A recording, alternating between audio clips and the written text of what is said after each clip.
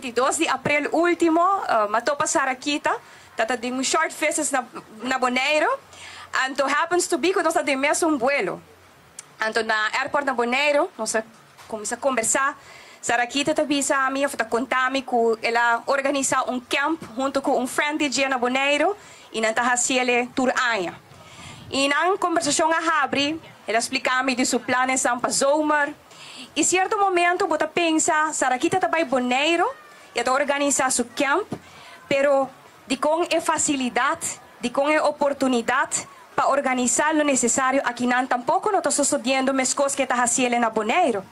Se está aqui, está sua isla natal. Se é uma inspiração de mais grande, que nós portamos na Aruba, para nós jovens cuquear também desenvolver na vida deportista na grande no mundo.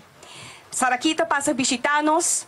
Certo momento, nós vai, maneira que o gabinete está funcionando, o ministeriado, o primeiro-ministro está mencionando que ele haya uma petição também, para reconhecimento. E nós dura virar outro, que petição me se portim para reconhecimento na uma pessoa que arriba Aruba seu nome assim na alto ronde mundo. Está indiscutível que ainda Sarakita não é reconhecido.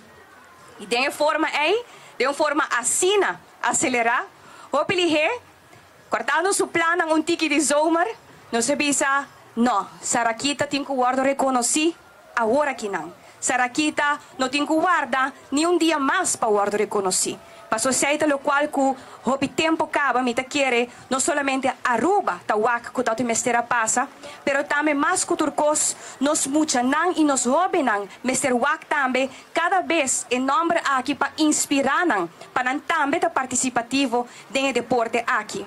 Essa aqui, role model, maneira Sarakita, não tá hopi nos tem, pero hopi mais nos quer criar assim na Aruba. E não tem uma melhor maneira para dar uma oportunidade para reconhecer o talento aqui de Sarakita, para inspirar, para também formar parte do deporte aqui.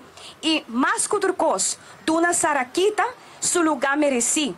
É oportunidade, é facilidade e tudo o necessário para Sarakita por invertir, não somente de nós muchanan e jovens na Bonaire, pero aqui na Aruba, na seu país natal. E sei o que Sarakita merece.